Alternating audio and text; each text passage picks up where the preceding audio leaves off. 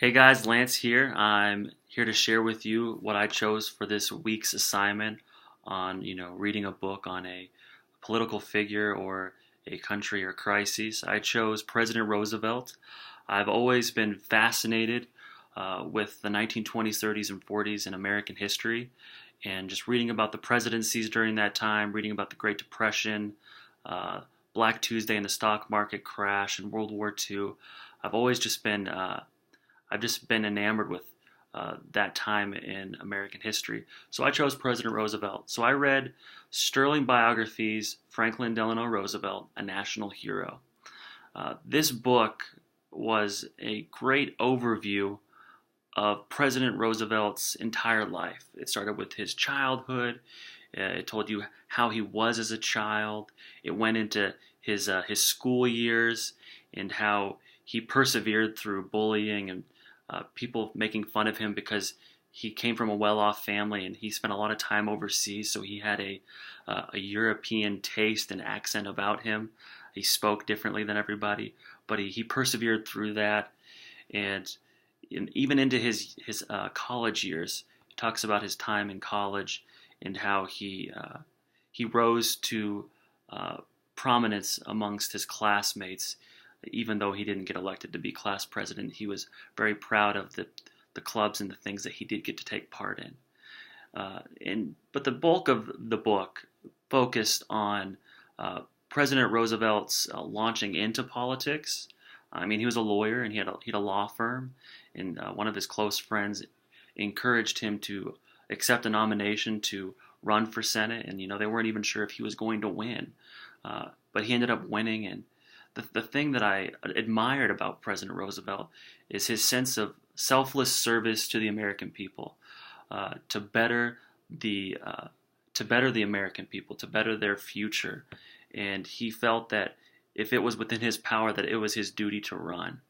And he did get that Senate seat, and he continued to rise through the ranks of politics.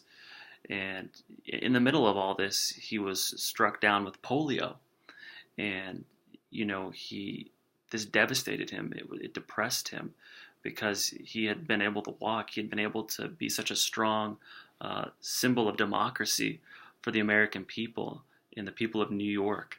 And his wife, Eleanor Roosevelt, really helped him to recapture and regain his focus to proceed further in his career in politics. And eventually he landed in the White House in 1932. And the amazing thing about President Roosevelt is he had such a grit and determination about him that I believe he embodied the American people. And he brought hope and courage with his policies and the plans that he had, the New Deal, the NIRA, the civil work programs that he launched. Very reminiscent of what we saw with President Obama in the programs that he launched. A lot of civilian works programs trying to get jobs created for our people. But I think where President Roosevelt really shined, now he did have 4 terms that he was in office, which is insane because now we have a 2-term limit. But the American people continued to vote him in when he ran. And each time he would say, the American people are calling on me to run the country, and I cannot back down if they want me to run the nation. So he just continued to stay in office. But more importantly, he stood by the American people, and he fought for the American people through his policies and his programs throughout the duration of his four terms in office.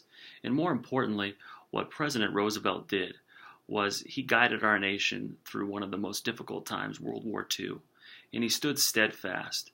He saw his post as the president like a soldier, that he had to stand fast for the people. He had to work for the American people. He had to make sure that the American people were safe and secure.